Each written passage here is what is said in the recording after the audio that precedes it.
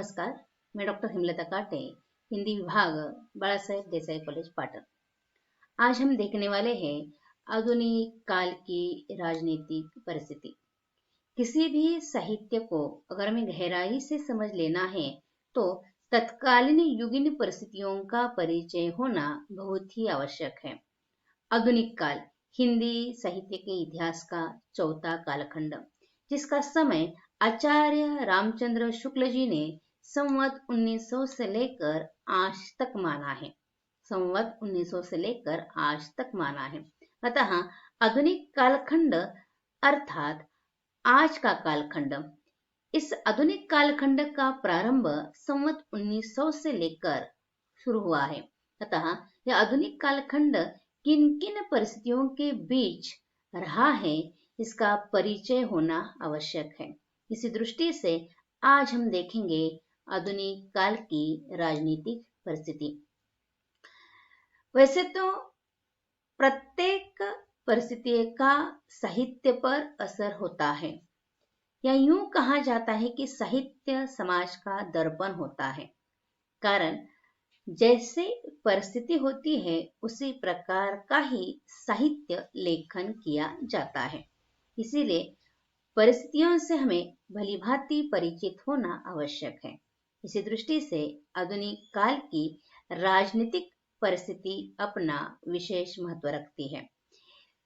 यह परिस्थिति कैसे रही, यह देखने से पूर्व सामान्य जानकारी के लिए आधुनिक काल को, साहित्य के आधुनिक काल को आचार्य या डॉक्टर नगेंद्र जी ने किस प्रकार विभाजित किया है यह देख लेंगे। यहाँ नगेंद्र शब्द है, ध्यान में रखिए, नगेंद्र। नगेंद्र जी ने आधुनिक काल का पुनश्च 4 कालखंडों में विभाजन किया है। उसमें पहला कालखंड है भारतेंदु युग, जिसे नवजागरण या पुनर्जागरण काल भी कहा जाता है, जिसका समय है ईस्वी सन 1857 से लेकर ईस्वी सन 1900 तक। हमने बताया आधुनिक काल का प्रारंभ कब से हुआ है, संवत 1900 से। संवत यह विक्रमी संवत से शुरू होता है और 57 साल आगे चलता है, और ईस्वी सन कालखंड 57 साल पीछे चलता है। इसीलिए ईस्वी सन के तहत पहला जो युग है, इसका प्रारंभ ईस्वी सन 1857 से हम कह सकते हैं। दूसरा कालखंड है द्विवेदी युग, जिसे जागरण सुधार भी काल कहा जाता है, पूर्व छायावादी युग भी कहा जाता है, स्वच्छंदतावादी युग भी कहा जाता है। इसका कालखंड है ईस्वी सन 1900 से लेकर ईस्वी सन 1918 तक। तीसरा कालखंड है छायावादी युग। छायावादी युग का समय है ईस्वी सन 1918 से लेकर ईस्वी सन 1938 तक। और चौथा कालखंड है छायावादोत्तर युग। छायावादोत्तर युग विभिन्न विधाओं को लेकर, विभिन्न प्रवृत्तियों को लेकर चला है। उसमें से 2 प्रवृत्तियां महत्वपूर्ण है, एक प्रगतिवाद और दूसरा प्रयोगवाद। इसका कालखंड है ईस्वी सन 1938 से लेकर ईस्वी सन 1953 तक। और नवलेखन काल जो 1953 के आगे चलता है। नवलेखन में अनेक प्रकार की विधाओं का आविष्कार हुआ है। ये सारी बातें हमने विधाओं के अंतर्गत देख ली है। यह केवल डॉक्टर नगेंद्र जी ने आधुनिक काल को अध्ययन की सुविधा की दृष्टि से कहेंगे, या गहराई के अध्ययन के लिए पुनः जो विभाजित किया है, ये विभाजन सामान्य जानकारी के लिए आवश्यक है।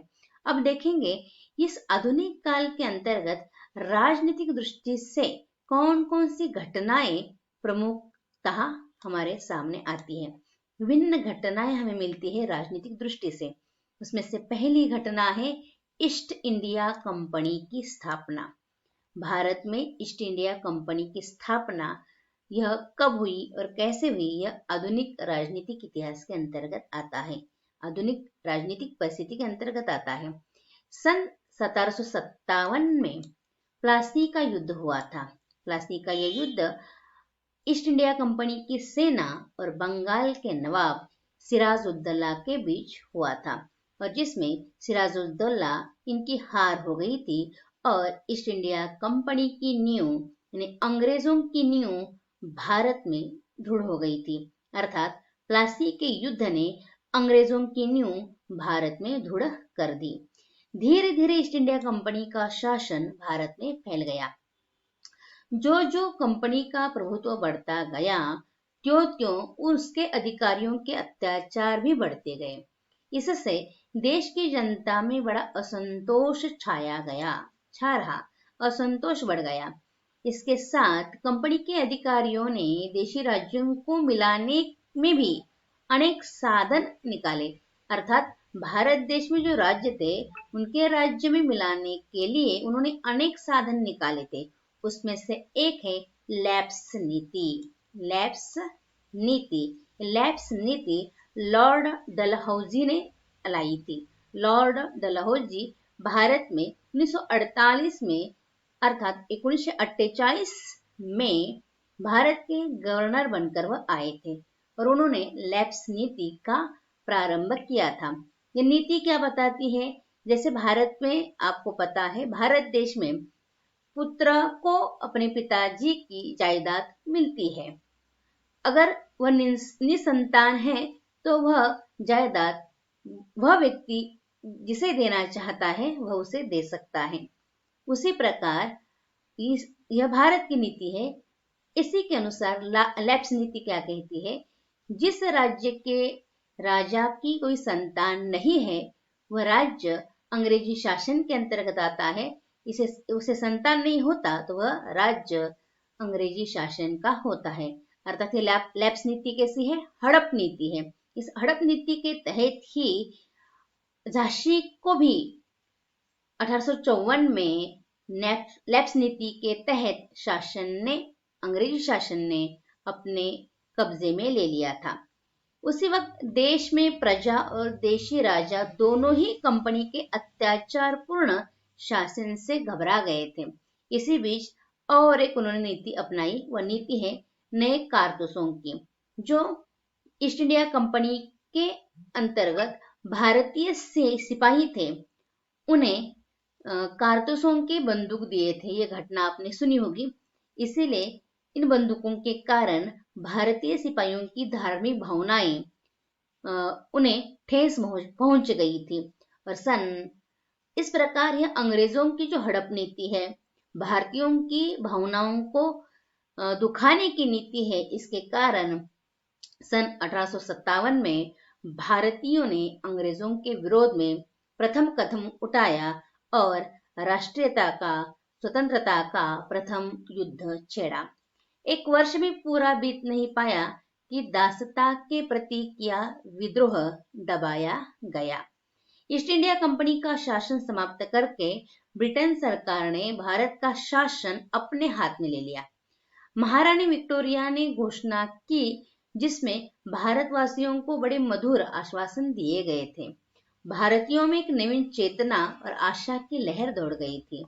कंपनी के अत्याचारपूर्ण शासन और डलहौजी की नीति देखते हुए विक्टोरिया का शासन थोड़ा भारतीय जनता के लिए संतोष का विषय रहा था। इसीलिए जब विक्टोरिया का देहांत होता है तो भारतवासी बहुत दुखी हो गए थे। 19वीं शताब्दी के अंतिम चरण में देश की जनता में अंग्रेजी राज्य के प्रति राजभक्ति दिखाने और उसके सुधार की प्रार्थना करने की प्रवृत्ति थी, पर अंग्रेजी शासन में इससे कोई अंतर नहीं पड़ा। उनकी अत्याचारपूर्ण नीति वैसे ही दिनों दिन बढ़ती गई और उनके यंत्रों के विकास के साथ साथ आर्थिक शोषण, टैक्स का नया अध्याय भी जुड़ गया। धीरे धीरे देश की जनता को यह पूर्ण रूप से ज्ञात हो गया कि प्रार्थना से कोई परिणाम नहीं होगा।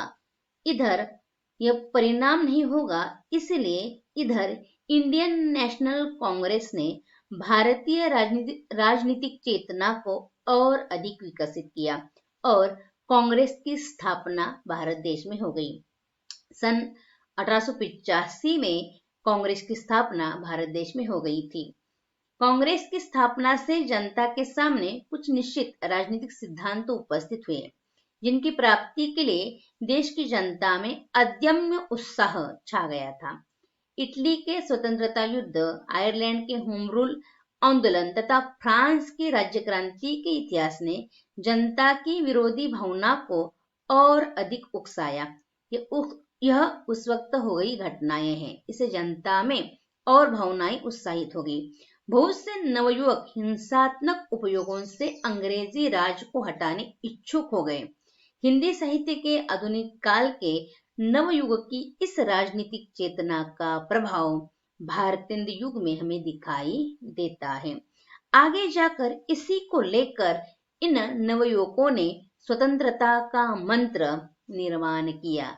अतः राजनीतिक चेतना का यह दूसरा काल है जो सन 1905 से शुरू होता है। अब कांग्रेस आवेदन और प्रार्थना नरम नीति छोड़ने लगी थी और उसने स्वराज्य हमारा जन्मसिद्ध अधिकार है की घोषणा की थी। नरम या प्रार्थना से अंग्रेज मानने वाले नहीं हैं, यह बात उस वक्त के तत्कालीन नवयुवकों के समझ में आ रही थी।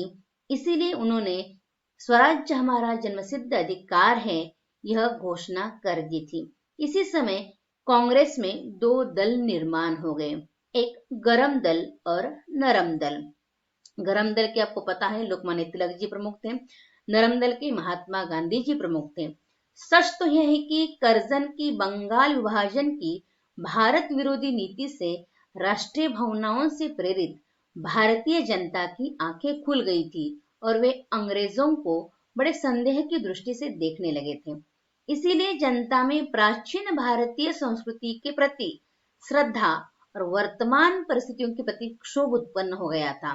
नेतागण, विचारक और कवि दासता में जकड़ी हुई जनता को अतीत के गौरव का स्मरण कराकर नवीन व्यवस्था के विरोध में भड़का रहे थे और इसके लिए उन्होंने देश की सामाजिक अवस्था में सुधार करना आवश्यक समझा। और यही कारण था कि उस युग के विचारक एवं कवि अछूत, किसान तथा शोषित पीड़ित वर्गों के साथ अपनी सहानुभूति प्रकट करते हैं। इस युग में भारतीयता का आधार मानवतावाद बन गया था। देश के असंतोष को शांत करने के लिए अंग्रेज शासकों ने समय समय पर अपनी शासन प्रणाली में सुधार भी किए थे। यानी अंग्रेज ये जान गए थे कि भारतीय जनता जागृत हो रही है, अतः उन्हें हराने के लिए अंग्रेज अपनी शासन प्रणाली भी बदल रहे थे, सुधार कर रहे थे। और उसी में से 1909 में मार्ले मिंटो सुधार कानून पास हुआ। इसने मुसलमानों को अलग प्रतिनिधित्व दिया, जिससे हिंदू मुस्लिम एकता को बड़ी ठेस पहुंची। बड़े प्रयत्न के बाद 1916 में हिंदू मुस्लिम समझौता हो सका और श्रीमती एनी बेसेंट के प्रयत्न से कांग्रेस में जो दो दल निर्माण हो गए थे, गरम दल और नरम दल, इसमें एकता भी निर्माण हो गई। परंतु इसी बीच प्रथम महायुद्ध छिड़ गया। प्रथम महायुद्ध ईस्वी सन 1918 में हो गया था। ध्यान में रखिए, भारतीयों ने अंग्रेजों की दिल खोलकर मदद की थी उस वक्त, किंतु युद्ध समाप्ति के पश्चात अंग्रेजों ने अपने वायदे पूरे नहीं किए। उल्टे रॉलेट एक्ट 1919 के द्वारा भारतीय जनता के स्वतंत्रता के अधिकार छीन लिए गए। अतः हिंदी साहित्य के आधुनिक काल के इतिहास की चेतना में द्वितीय उत्थान अर्थात द्वितीय युग इसी नाम से जाना जाता है, जो जागरण सुधार का युग हम कह सकते हैं। इस प्रकार यह तत्कालीन राजनीतिक परिस्थिति में दिखाई देती है। अंग्रेजों की जो नीति है, लैप्स नीति है, रॉलेट एक्ट है, जो भारतीयों को केवल दड़पने की दृष्टि से ही बनाई गई थी, लेकिन भारतीय जनता में धीरे धीरे जागृति आ रही थी। अतः राजनीति के खिलाफ जनता जागरूक हो रही थी, इसका एहसास हमें मिलता है। अतः तीसरा चलन होता है स्वदेशी आंदोलन का। वह किस प्रकार चलता है राजनीतिक दृष्टि से, इसका अध्ययन अगले वीडियो में करेंगे। यहाँ रुकते हैं। धन्यवाद।